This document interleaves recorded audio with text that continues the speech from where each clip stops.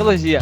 O que é Eu teologia? penso do conceito de teologia. De fato, a teologia é estudo sobre Deus. A teologia é uma espécie de filosofia. Teologia, na minha opinião, na verdade, é o homem em busca da verdade. É o estudo mesmo, né, do homem pelo seu Criador. Na pelo interpretação seu Deus. do texto bíblico que nos descreve como E Deus a se teologia revela com o é seu a povo. tentativa humana de explicar Deus. Teólogos Anônimos. 4 caras desconhecidos discutindo teologia. O objetivo aqui é a gente discordar.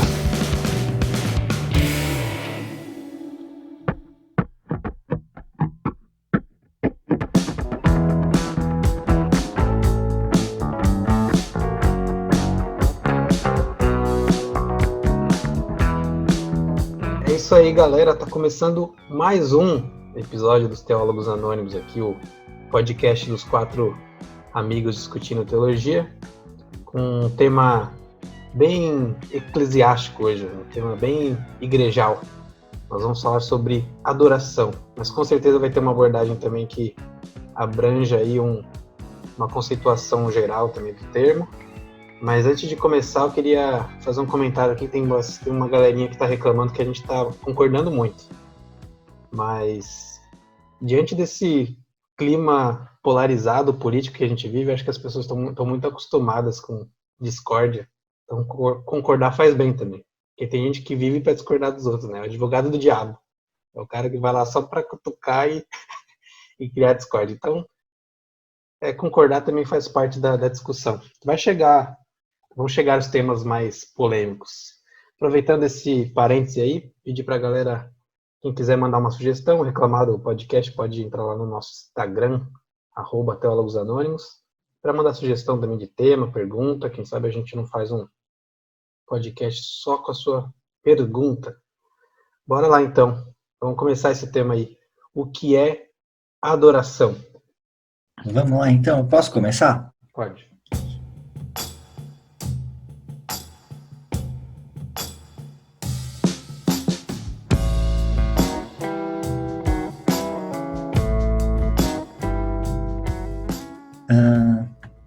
Adoração é um tema que eu gosto muito. Acho que chama muito a minha atenção, uma das coisas que eu mais estudo em teologia. E é legal porque a adoração ela tem uma diferença assim, de alguns outros assuntos que a gente aborda, assuntos teológicos, porque quando a gente fala de fé, a gente consegue achar uma definição na Bíblia. Quando a gente fala de salvação, a gente consegue achar uma definição também clara na Bíblia. Agora, quando a gente fala sobre adoração, é um tema muito amplo e difícil de você dizer assim em poucas palavras, né? O que seria adoração? Então, eu pego muito a adoração assim como base de um livro que eu li, do Zach Nisi, a gente pode até indicar ele no final, que fala que a adoração é a motivação que transforma cada tarefa em uma demonstração de amor a Deus, né? Então, para mim, assim, resumindo o conceito de adoração, para mim é quando o nosso coração está inclinado a Deus e obediente a Ele, assim, eu acho que essa é a definição de adoração, né? No dicionário ele fala que a adoração é um ato de amar de modo intenso, podendo ou não ter uma conotação religiosa. Então eu deixei isso bem frisado. Eu até lembro um pouco daqueles crenteiros, às vezes, quando eles querem pegar no pé do povo, quando alguém fala assim, nossa, eu adoro chocolate. Aí os crenteiros falam assim, não, mas você não pode falar que adora chocolate, porque adorar é só a Deus. Mas é por causa dessa conotação mesmo. A adoração é você amar demais aquilo, é você ter um afeto muito grande àquela coisa ou àquela pessoa, né? Então é um amor direcionado à obediência e à admiração. Então, eu vejo que uma das coisas que difere a adoração, talvez já adiantando um pouquinho, do louvor, é que a adoração ela é algo que é uma atitude interna, né? É algo que é meio imensurável, digamos, não dá para medir. Até o Marco Teres fala no livro dele ali, O Vida Após o Gospel, vocês falaram que eu não li, mas eu dei uma lida. Ele fala sobre essa diferença, né?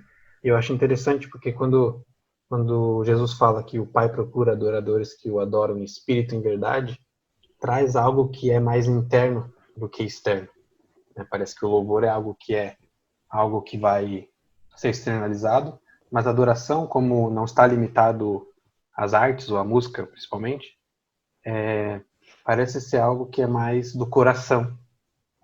Então você não consegue dizer de alguém, de um crente, de um religioso, se ele está adorando de fato, porque isso está no coração dele. Lógico, você consegue ver pelas atitudes diárias e tal, mas é algo que que tem muito mais a ver com as afeições, com os desejos, com a mente, com o coração. Eu acho que dá pra gente começar também a definir por aí. Um versículo assim que sempre quando eu vou dar workshop de adoração é o versículo que eu pego para usar como base, é aquele de Mateus 22, de 37 a 39, que fala assim: ame o Senhor, o seu Deus, de todo o seu coração, de toda a sua alma e de todo o seu entendimento. Eu acho que esse versículo é a chave, assim, né, sobre a adoração, porque é igual você falou, Lucas, ele está falando de algo muito interno, muito pessoal. E aí Jesus ainda vem e complementa, né, falando que o segundo é amar o seu próximo como a si mesmo. Então, eu acho assim, que a adoração, ele remete muito a isso mesmo, é algo muito interno e muito forte. É você se dedicar de corpo, mente, alma, coração, 100% por aquilo, né? Então, acho que a adoração é algo muito, muito sério dentro de uma vida cristã, porque a gente sempre lembra de música, sempre lembra de louvor, mas ela é muito mais ampla, né? Então, assim, não é só em atos de música que a gente adora a Deus, são em pequenas ações do nosso dia a dia que a gente demonstra o nosso amor por Ele, a nossa seriedade, a nossa caminhada cristã, o nosso coração contrito. Então, a adoração é um tema muito bonito, eu acho, do Evangelho mesmo, para ser discutido. Eu acho que adoração, querendo ou não, tá intrínseco na vida, né? Então acho que adoração, na verdade, é tudo aquilo que toma sua atenção, toma seu tempo, tudo aquilo que você faz uma devoção, que você se dedica, que você coloca energia, que você foca o seu pensamento, que você foca a sua vida. Acho que tudo isso é uma adoração. Eu acho que isso está presente na vida do homem, né? Então acho que Deus criou a gente e a natureza para adorar Ele. Então acho que isso é intrínseco à nossa vida. Então a adoração não é algo só dos cristãos. Todo mundo adora alguma coisa, né? Então eu acho isso bem interessante também do fato, o que é que a gente adora? Então é bem legal porque o C.S. Lewis vai falar isso, né? Ele vai falar, imagina um carro que que o design dele foi feito para funcionar com gasolina e você coloca água nele. Ele vai se machucar. E a nossa vida é isso, né? Então, a gente foi criado para adorar a Deus. A gente foi criado com o objetivo de adorar a Deus. Toda a natureza foi criada com o objetivo de adorar a Deus. Então, quando a gente adora outra coisa que não é Deus, ou seja, quando a gente coloca a nossa energia, o nosso tempo, o nosso coração em coisas que não Deus, a gente pode estar cometendo aí uma adoração e que pode acabar machucando a gente. E quando a gente adora a Deus, não significa ficar prostrado numa sala ou num quarto o dia inteiro. Mas que tudo que você faz tem um objetivo maior. E tudo que você faz tem um objetivo maior do que aquilo que você está fazendo. Então, o seu trabalho se torna um ato de adoração, as suas relações se tornam um ato de adoração, a sua vida religiosa se torna um ato de adoração quando você faz isso, que é fazer com o objetivo de adorar a Deus, de revelar a Deus e de transmitir o amor e a graça de Deus. Quando você faz tudo o que você faz como se você estivesse fazendo para Deus, buscando excelência naquilo que você faz, mas não em favor de obter aquilo como retorno, mas de agradar a Deus e de revelar a Deus aquelas pessoas que interagem com você. Então, isso para mim é adoração, é a vida demonstrando isso. É a vida demonstrando essa adoração, essa devoção a Deus em tudo que a gente faz, buscando excelência em tudo que a gente faz. E aí eu lembro até, né, na faculdade, estava no primeiro ano na aula de ética, que eu achei bem interessante, que tava num conflito assim, né, você deveria ter feito teologia primeiro, estava fazendo engenharia e tal, e eu lembro que na aula de ética o professor passou um filme muito legal que chamava Amazing Grace, que vai contar a história de um advogado que era filho de um pastor, e ele estava na crise, vou fazer direito ou vou fazer teologia, vou ser pastor também. Ele estava nesse conflito de o que ele faria para adorar a Deus. Ele foi fazer direito, mas ainda com esse conflito, né, de se ele estava adorando a Deus. E ele foi um dos responsáveis por acabar com a escravidão na Europa e lutar contra a escravidão. Então ele foi um desses responsáveis, né? E depois eu fui conversar com o professor de ética. Eu falei, professor, mas existe esse fato, né, de ter, talvez, você adorar a Deus através de outra forma, ou você fazer outra coisa, você pode estar fazendo isso para Deus? Aí ele falou, olha, o nosso objetivo é adorar e glorificar Deus. Então não importa a carreira que você escolher, não importa qual campo você está atuando, mas a sua vida deve glorificar e adorar a Deus. Então, concluindo que para mim a adoração é isso, é a sua vida com esse foco de fazer tudo como se fosse para Deus.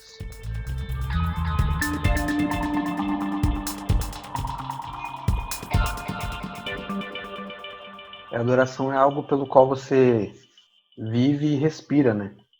Tipo, um foco que você tem, e aí vai ser qualquer coisa, cara. Porque aquilo que a gente toma como foco na vida requer de nós adoração. Então, a adoração é algo que é exclusivo.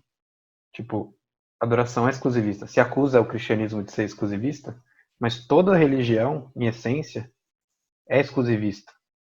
Porque a adoração é algo que requer exclusividade. Então, quando você escolhe o dinheiro, por exemplo, como seu Deus, o seu trabalho, aquilo te exige sua vida, te exige seu tempo, te exige sua dedicação, seu estudo. Então, quando você escolhe a Cristo para ser seu objeto de adoração, então tudo que você faz é para Ele, né?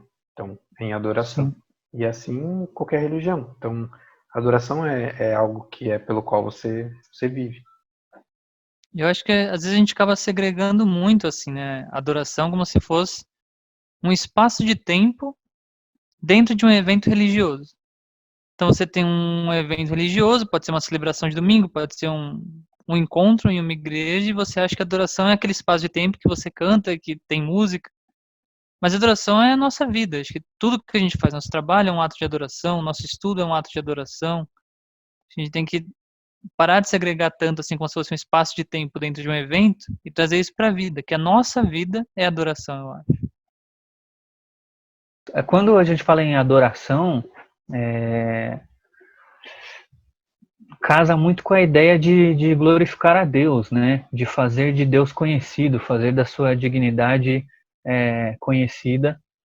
E, é claro, isso se estende para várias áreas e vários momentos das nossas vidas, que não só o momento do culto, seja o culto doméstico, o culto devocional particular, só você e Deus, ou do culto coletivo na igreja. Acredito que toda ação pode ser uma adoração a Deus, dependendo de como você tomá-la para si. Então, você pode estar adorando a Deus em momentos simples da vida, tratando o outro com dignidade ou não, colocando os princípios de Deus acima dos seus ou não, fazendo da vontade dele acima da sua, e isso, quando você fizer, é um ato de adoração a Deus. Você está demonstrando que o ama mais do que a si mesmo. Você está demonstrando que ama a Deus e a sua vontade mais do que a sua própria. E é claro que a partir daí nós temos aquela luta diária de lutarmos contra nossa própria vontade, a nossa natureza pecaminosa. Mas a partir do momento que decidimos então lutar contra a nossa natureza pecaminosa para fazer a vontade de Deus, isso já é adoração, isso já faz parte da nossa adoração a Deus. Isso já reflete, já externa toda a nossa adoração a Deus. Eu gosto de uma frase do John Piper, que ele diz assim: adoração significa conhecer, desfrutar e mostrar conhecimento e suprema dignidade da beleza de Deus, a ponto de você valorizar a glória dele e fazer da glória de Deus conhecida através das suas atitudes.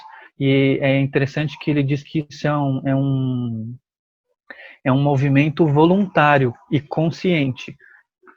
E de maneira alguma a adoração pode ser inconsciente. Eu adoro Deus sem perceber, sabe? Eu não percebi que estava adorando a Deus. Não, a adoração é um movimento totalmente voluntário e consciente quando você decide fazer isso. E eu achei muito interessante. Eu vou indicar o livro no final do podcast, em que ele fala sobre essas questões.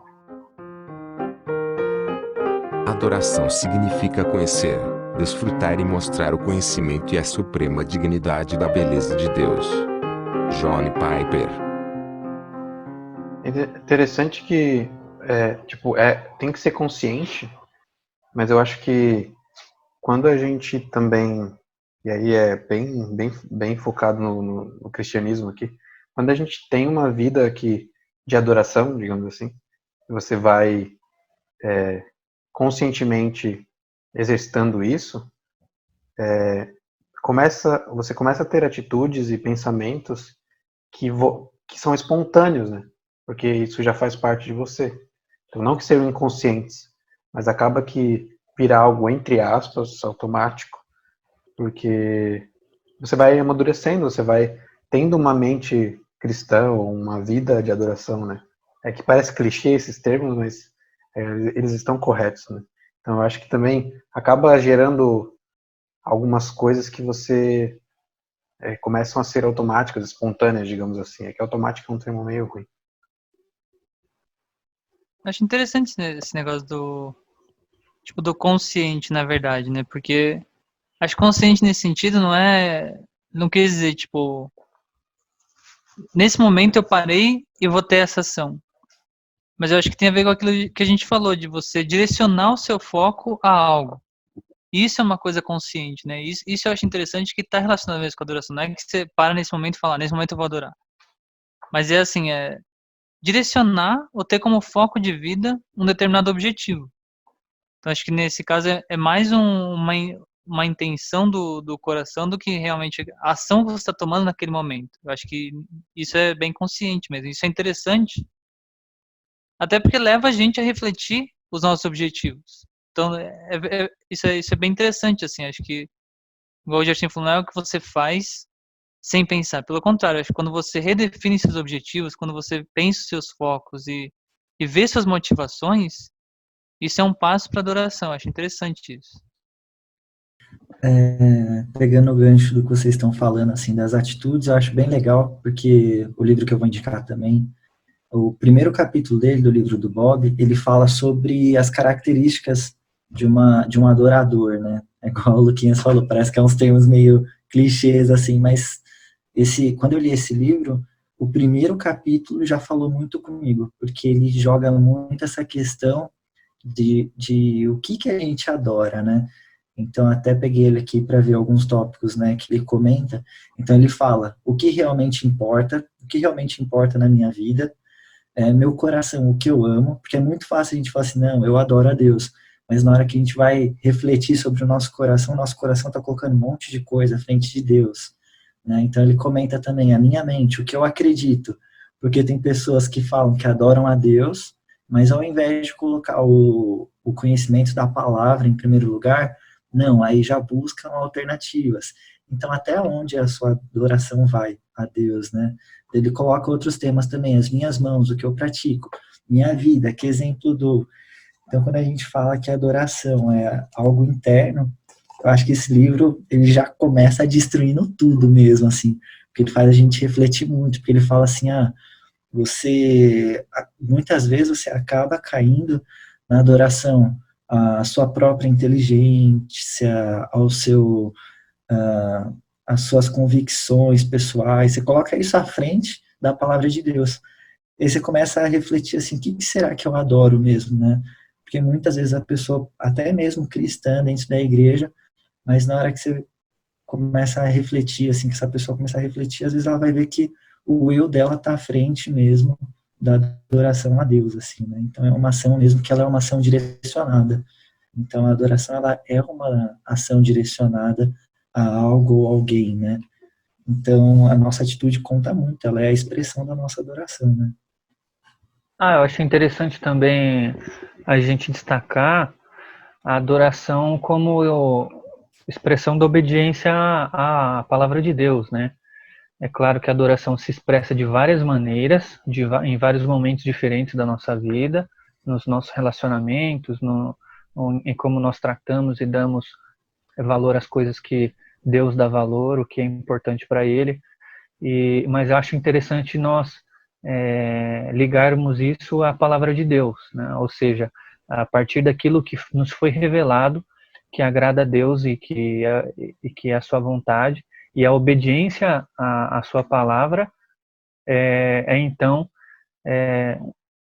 um modo principal, podemos dizer assim, de demonstrar adoração a Deus. Hoje em dia nós confundimos muito a adoração a Deus com questões muito práticas, e de fato são, mas questões simples, cognitivas também podem ser consideradas adoração, né? Então, eu não consigo, eu não tenho condições de ajudar, um exemplo, financeiramente o próximo, mas me compadecer dele, né, sendo algo muito mais interno do que externo e prático, também demonstra adoração a Deus, porque ele se compadece do próximo e nos pede essas coisas. Não sei se ficou meio estranho, mas eu acho que compreender a palavra de Deus e corresponder a ela é um sinal de adoração genuína. Esse negócio que eu estava falando do ser uma atitude interna também, e aí ser uma atitude consciente. Tem uma frase aqui do Russell Shedd, naquele livrinho que a gente indicou no primeiro episódio, que ele fala que, uma frase bem curtinha: adorar implica em peneirar nossos valores. Então, quando você adora algo, os seus valores, é aquilo que eu estava falando, né, tudo vai ser moldado, né, tudo vai ser definido de acordo com aquilo que você adora, né? Então, se teu Deus é o dinheiro, sei lá, seus valores como cobiça e ganância estarão entre as coisas que você vai sentir ou vai ter que ter para chegar lá, entendeu? Então, ele até continua aqui embaixo: cultuar, portanto, é pôr em ordem bíblica as nossas prioridades, né? Como teólogo cristão ele diz isso. Então, quando você decide adorar a Cristo, seus valores pessoais, que não pertencem aos valores de Cristo, eles vão sendo passados pela peneira e vão escoando, né, pela pia, e fica só os valores que vêm de Cristo. Se você já tivesse algum, né, e vai chegando através do seu relacionamento com Deus ali, com Jesus, esses valores novos. Acho que até a oração do salmista mostra isso, né? Que ele fala: sonda-me, Deus, e vê se há em mim algum caminho mau, né? Então é exatamente isso, essa ação de você mudar o foco de vida e você pedir a Deus, falar, vê se há em mim algum caminho mau e corrige esses caminhos, é um ato de adoração, né? É isso que você está falando, você está peneirando seus valores, vê se há em mim os valores são corretos, ver se as motivações para aquilo que eu faço são corretas, se aquilo que eu estou fazendo pela motivação correta. Então essa é uma oração de adoração, por exemplo. Você está peneirando seus valores, igual você falou, né? Adorar implica em peneirar nossos valores. É colocar em ordem bíblica as nossas prioridades. Russell Shedd. Antes da gente seguir para o próximo tema, aquilo que eu estava falando, por exemplo, sobre exclusivismo, né? Que a adoração vai como um sinônimo de viver exclusivamente por algo. É interessante que essa ideia soa estranho, mas é por causa da nossa concepção pós-moderna, né, relativista. Então, as pessoas acham que podem, por exemplo, ser cristãs, sei lá, serem gananciosas por dinheiro, viverem para o trabalho, ou terem até outras religiões misturadas. Então, eu acho que o problema que atrapalha um pouco as pessoas entenderem o que é adoração também passa por esse problema do relativismo pós-moderno, que cada um tem sua verdade, dá para você misturar, não tem problema. Até coisas que são contraditórias, as pessoas colocam assim na mochila das ideias e vão seguindo a vida como se nada tivesse acontecendo, sendo que às vezes são ideias que são opostas, né? Como, sei lá, por exemplo, o cristianismo e o ódio ao próximo. São contradizentes, mas muita gente vive dessa forma. Odeia tal pessoa ou tal grupo de pessoas, mas se diz cristã. Então, isso é um problema também. Eu acho que quando a gente falou até do conceito, assim, que a adoração é você colocar à frente, né? Você amar aquilo de uma forma intensa.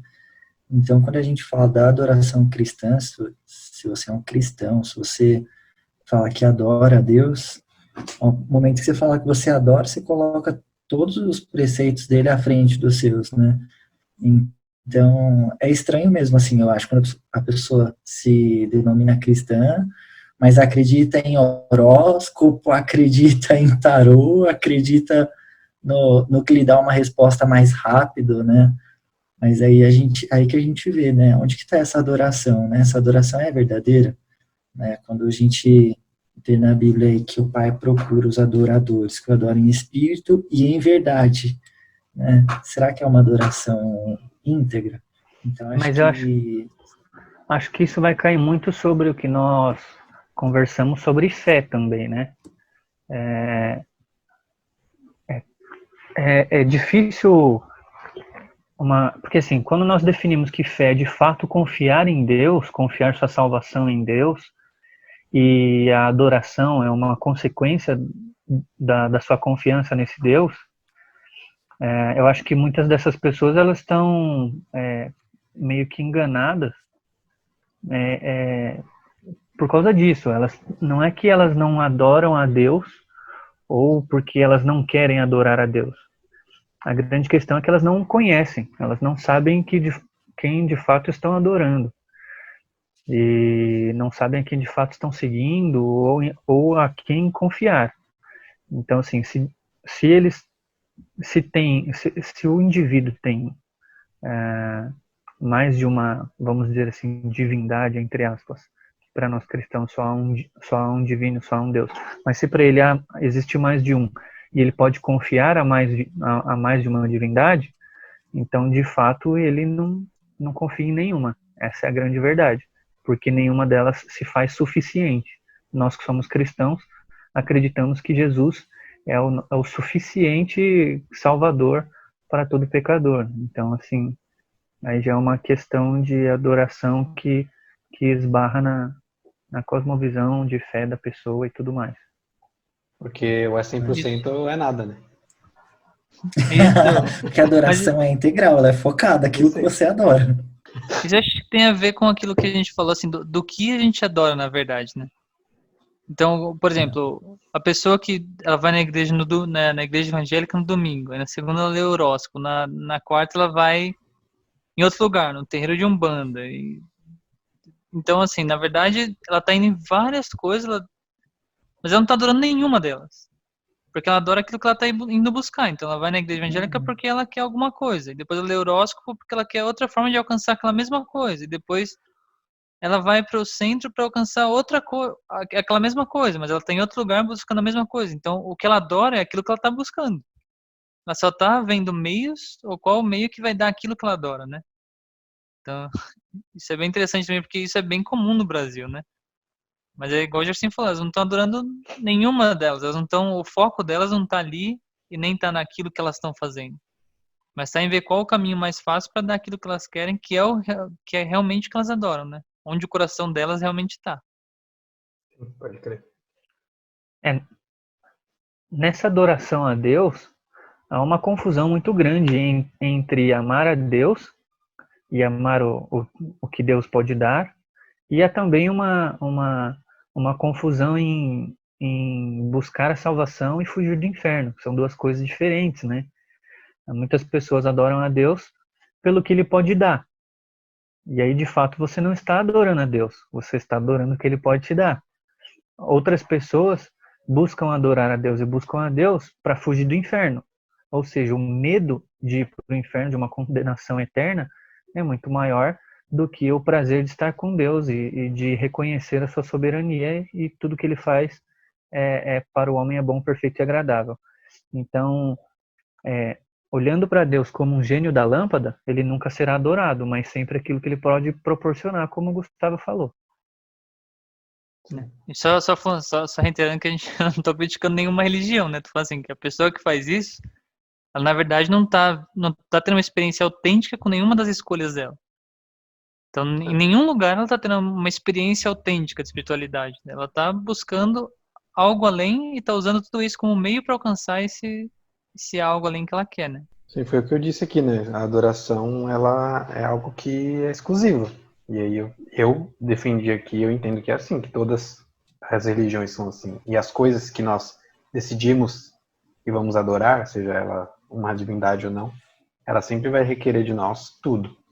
Então, na Integridade. verdade, assim, se você quer seguir sua religião islâmica, então não dá para ser cristão e muçulmano, não dá. Então. Eu nem acho que todas as religiões são exclusivistas desse jeito.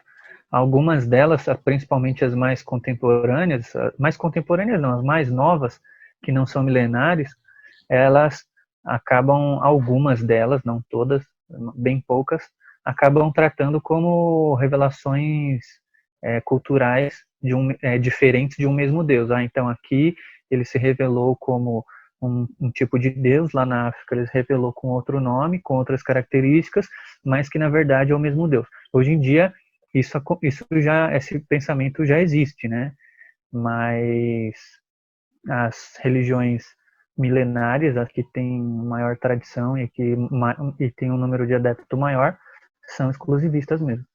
Mas é que acho que tem muitas religiões também que são, às vezes até os estudiosos tentam não chamar de religião, né? Que são sistemas de pensamento filosóficos, né? Sei lá, talvez a gente possa citar, e aí sem muito conhecimento de causa, mas o próprio budismo, né? Então, normalmente, as pessoas que eu conheço me dizem assim, tipo, não, você não precisa deixar a sua religião para seguir os ensinamentos budistas, por exemplo. Mas eu acho que sempre tem um ensinamento, é por isso que eu estou tentando focar em coisas que não são religião, porque eu acho que quando você escolhe um foco de algo, ou, sei lá, por exemplo, no budismo, estar bem consigo mesmo e tal, isso de certa forma é um objetivo, e que acaba, por analogia ou por aproximação, sendo uma espécie de adoração, entendeu? É porque, desde o primeiro episódio que eu também falei sobre a questão da teologia, ajudar a gente a analisar algumas coisas que não são religiosas propriamente dito, porque o ser humano é um ser religioso por natureza. Então, quando ele fala assim, eu sou um ateu, não tenho religião, mas ele tem um foco de vida, um objetivo, e aquilo é aquilo que ele adora. Ele pode não dar esse nome, ele nem precisa, talvez, mas em termos teológicos, ele executa na sua vida uma vida de adoração a algo, seja qual for o objetivo, coisa, entendeu? E aí isso acaba sendo exclusivista, isso que eu quero dizer, assim.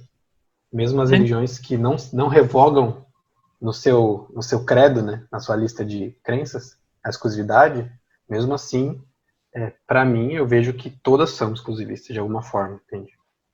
Eu acho que isso lembra até um pouco aquele texto da Bíblia que deixa claro que não tem como a gente servir a dois senhores, porque senão a gente vai se dedicar mais a um e não ao outro. Então, eu acho que quando a gente fala de adoração, acaba sendo assim. Se você está envolvido com um monte de coisa, colocando tudo dentro da sua mochila de viagem aí, pessoal, misturando vários credos, na hora que você vai ver, eu acho que remete muito ao que o Gustavo falou, assim, o seu objetivo ele não é alcançado, porque já está com tanta mistura, acho que você está adorando mais a jornada do que o principal, sabe? Então, acho que isso é algo que a gente tem que tomar muito cuidado mesmo.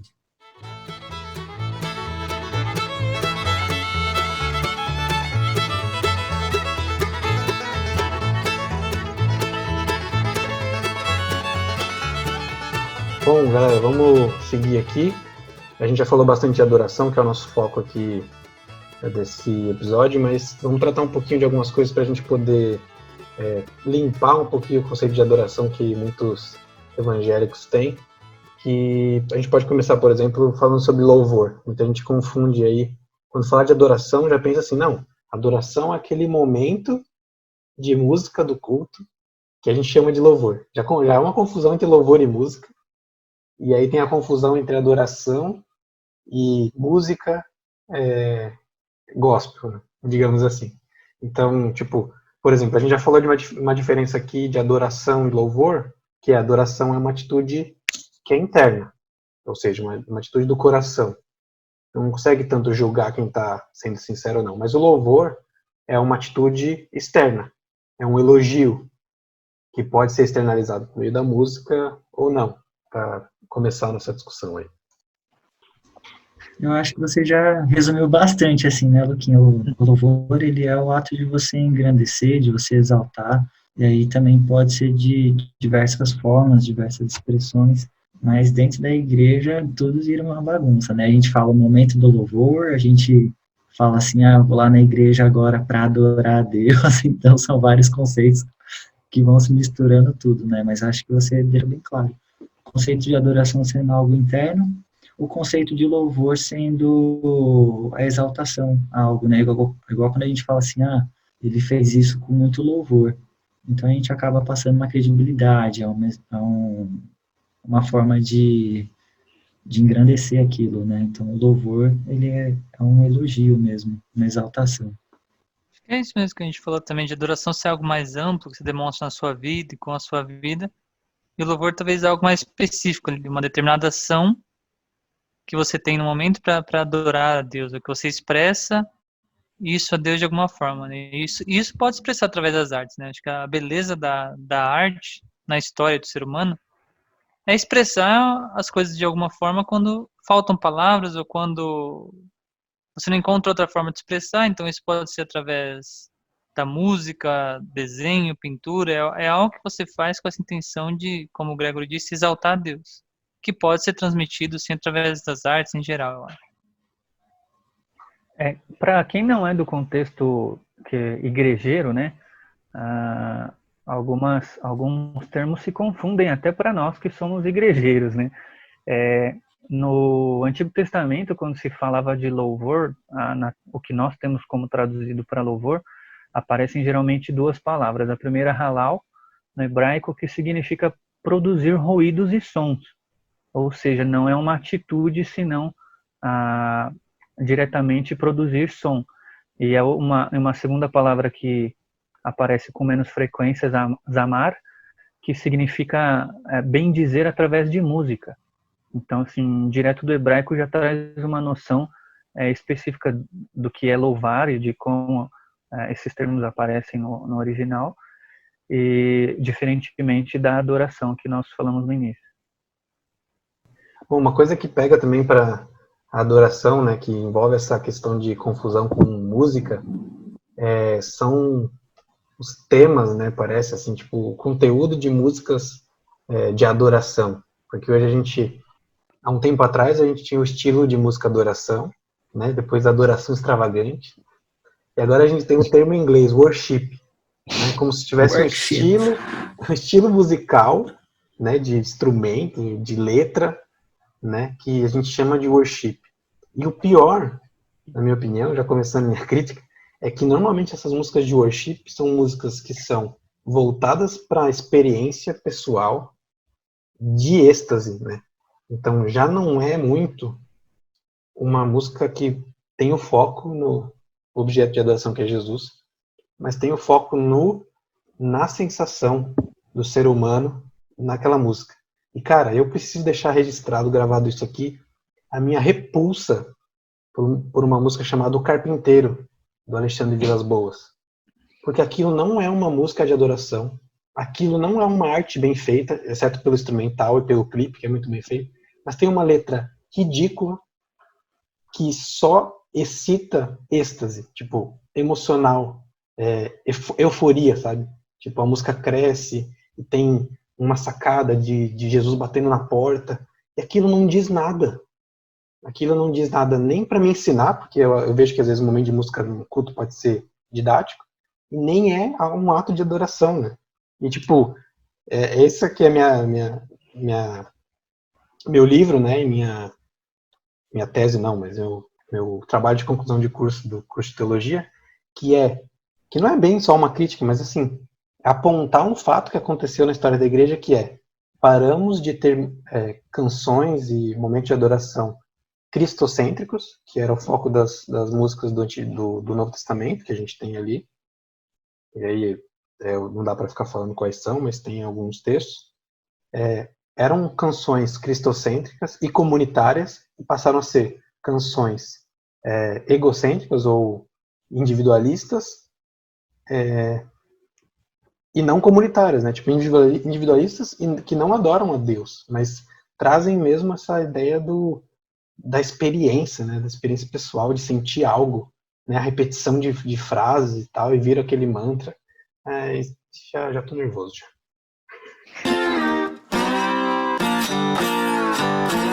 É complicado falar sobre repulsa à arte mal feita dentro do movimento gospel, porque tem muita coisa mal feita.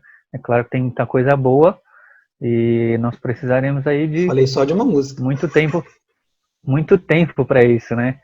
Imagina se nós tirássemos um dia para falar sobre tudo que é bom e tudo que é ruim dentro da arte cristã, não daríamos conta disso. Mas eu acho que muito disso acontece influenciado pelo mercado, infelizmente, o que nós chamamos de louvor, que se tornou gospel e depois louvor extravagante, e depois worship, e daqui a pouco vai ter outro nome. O grande problema é que se tornou um mercado que as pessoas produzem para ganhar seguidores, para ter mais like, para tocar em mais igrejas, talvez para ganhar mais dinheiro, alguns dizem que não, mas essa é uma crítica de dentro para fora da igreja, que não pode deixar de passar, mas para quem está ouvindo o podcast ou assistindo no YouTube, se quiser que a gente tire um tempo para isso, mande aí nos comentários ou no Instagram, para a gente fazer um capítulo só sobre isso. Uma coisa que eu acho assim é que, independente se é worship, se é adoração extravagante, independente de qual seja assim a nomenclatura, né? Eu acho que tendo a palavra de Deus é o que importa, assim, tem que ser bem colocada, bem utilizada, porque essa é a base de uma música cristã, né? É trazer um ensinamento. Eu vejo que quando a gente acaba ouvindo assim essas músicas que às vezes não somam na vida cristã, e é apenas uma experiência do compositor, isso faz cair por terra assim toda a história que a música cristã passou, sabe? Desde lá da Idade das Trevas, a gente fala, até as perseguições que ocorreram, aonde que a música surgiu aí, o propósito dela, então acho que dá muito assunto sim para a gente conversar. Mas eu acho que assim, o pior de tudo isso, para mim, eu não me preocupo com o mercado, eu acho que isso daí só reflete a maturidade cristã, porque eu lembro há uns meses atrás que uma pessoa me mandou um WhatsApp, né, e falou assim, Gré, posso te indicar uma música para você tocar com a sua banda na igreja? Daí eu coloquei assim, desde que seja uma música teológica, né, uma música bíblica, dá sim para eu colocar, eu posso analisar. Aí a pessoa, gente velha de igreja, gente velha de igreja. Aí a pessoa me perguntou, mas o que é uma música teológica? O que é uma música teologicamente correta? Eu disse, olha o nível, aí que a gente começa a ver, porque assim, tá vendendo muito, por quê? Porque muitas vezes, as pessoas que estão dentro da igreja não estão entendendo o conceito da teologia, da vida cristã. Então, qualquer coisa, qualquer palavras aí serve, né? Mas agora, quando você busca mesmo a palavra de Deus, o conhecimento, estudar, aí você vê que as músicas são vazias, né? Então, assim, eu acho que o problema mesmo não é o mercado, porque, gente, tem mercado para tudo, o pessoal usa a criatividade para se virar mesmo aí no mercado, mas é quem consome. Assim, você está consumindo coisa ruim, filho, coisa ruim, sem palavra de Deus, não está aprendendo muito. Então, acho que esse é o principal problema, assim, de tudo isso. Acho que isso acaba refletindo o que a gente falou também no começo, né? Que é onde está o coração da pessoa, né? Essa questão até do mercado é o que a pessoa está buscando. Então, alguém que está buscando um triunfo sobre alguma coisa, ele vai encontrar música para isso. Se é alguém que está buscando ele no centro de todas as coisas, que empodere ele vai achar música para isso. Só que isso foge do conceito de louvor, né? Que é exaltar a Deus. Então, você tem que buscar alguma música que, primeiro, de acordo com o que a gente falou, penere ali os seus valores, esteja de acordo com a palavra de Deus e que tenha como objetivo final exaltar a Deus, né? E não a certeza de alcançar aquilo que você quer, de fazer você triunfar, de ter vingança. Então, acho que a arte mal feita é essa, né? Aquela que não alcança o objetivo final. Então, e nesse caso de adoração, esse tipo de material não alcança o objetivo final, que é exaltar a Deus, né? Cara, até tipo, não é a conclusão do meu livro, mas é um apêndice que eu coloquei. E dali eu coloco assim um paradigma bíblico de adoração, né? E um dos três pilares ali, né, do tripé que eu defino, é que a adoração cristã ela é baseada nas escrituras, né? Então, tipo assim, primeira coisa, cara, tipo, tem que ter alguma base, né? Tipo, às vezes não só não tem base, como vai contra. Só que isso gera um problema, porque a pessoa acha que é só pegar um trecho da Bíblia e colocar na música. Né? Não é bem assim, né? Não é só isso. Tem toda uma teologia cristã que deve ser a peneira, né? Do que a gente vai cantar. Então, é isso aí.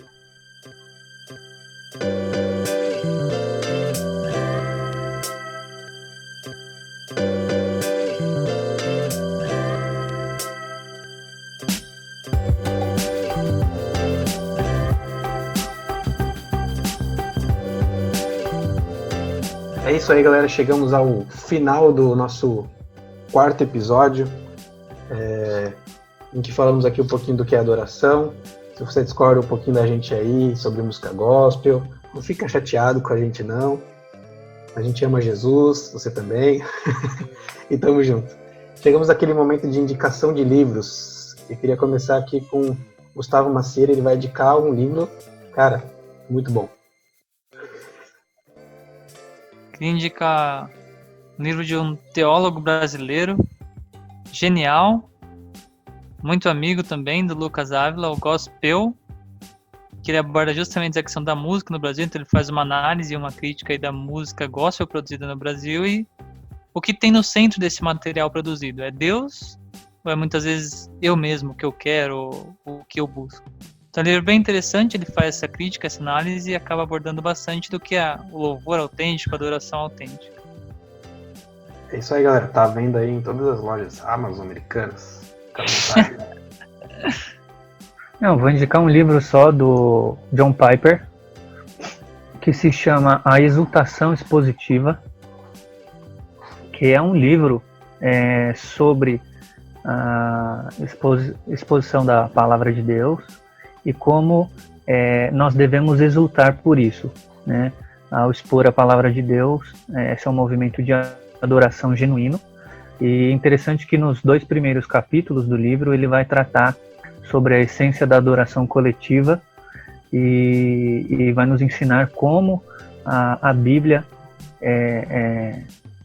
vai expor como a Bíblia nos ensina a adorar o que é adoração e como exercer essa adoração coletivamente.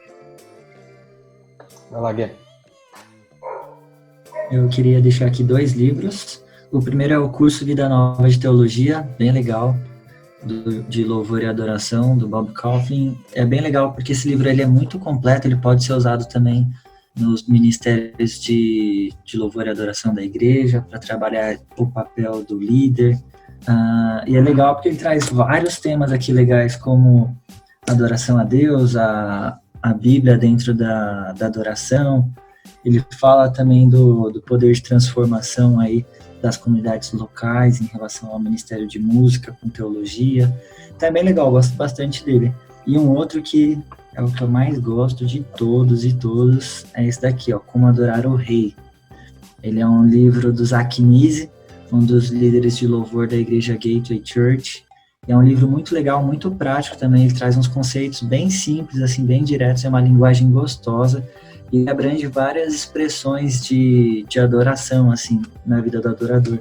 Ele também remete aí a uma capacitação para quem está exercendo o ministério de música dentro da igreja. E tem vários outros livros legais aí também. E quem tiver curiosidade por esse tema, é um tema que eu gosto muito, pode me procurar que eu indico aí um assunto que você precisar. @Gregory Murakami. @Gregory Murakami, me segue no Insta. Eu queria indicar um livro de um cara que eu conheci, vou chamar ele de amigo, né, irmão em Cristo. O Marco Teles, ele escreveu um livro não tem muito tempo que chama Vida Após o Gospel. É mais ou menos na mesma linha do meu, mas um pouquinho mais completo, digamos assim, um pouco menos acadêmico. E ele traz ali, é bem legal porque ele define alguns termos como adoração, louvor, ele faz um panorama da história da música cristã no Brasil, também faz uma proposta ali do que ele considera ser pós-gospel, né? Então é algo que ultrapassa os limites do mercado, né? Sei lá, o mercado gospel tem até o padrão de guitarrinha, de bateria, né? De palavras que você usa. Então ele propõe algo que ultrapasse isso, que use uma poesia mais rica, que use uma música mais rica, mais brasileira, ou até que seja americanizada, mas que não seja tão padronizada. Eu achei bem legal o trabalho do Marco Teles. O livro dele está disponível só direto com ele no Instagram dele. Então procura Marco Teles, @MarcoTelesBT, com 2 L's, Teles. Você vai achar lá. Bom, é isso aí, galera. Terminou mais um episódio de Teólogos Anônimos, nosso podcast aí bacaninha. Estamos terminando aqui só em 3, mas que o Gustavo foi comer. Mas é isso aí, galera. Esperamos que vocês estejam gostando. Segue a gente no Instagram, @teólogosanônimos. Pode mandar mensagem lá criticando, mandando elogio também. O link dos livros vai estar na descrição desse podcast, mas se você não achar é www.teologosanonimos.weebly.com weebly.com. É isso aí, galera. Alguém quer falar mais alguma coisa? Adore a Deus. Não, só isso. Agora eu tenho Instagram porque... Agora eu tenho Instagram, G Murakami, GH Murakami, porque os meninos do Teólogos Anônimos me obrigaram. Então, por favor, me sigam, que eu não vou postar nada de legal lá. Ele já precisa aprender como é que usa o Instagram, para não cortar as fotos e os vídeos. Falou, galera. Um abraço. Tchau. Um abraço. Tchau, tchau, galera.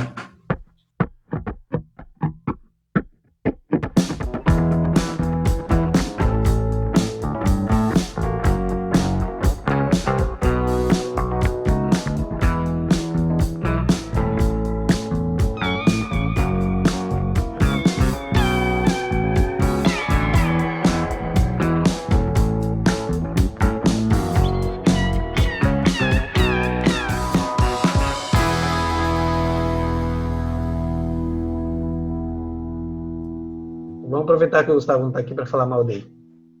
É muito herege, Gustavo.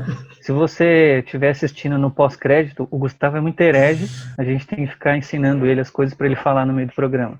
Mentira. Ele está lendo Atos pela primeira vez. Mentira. Um abraço, galera.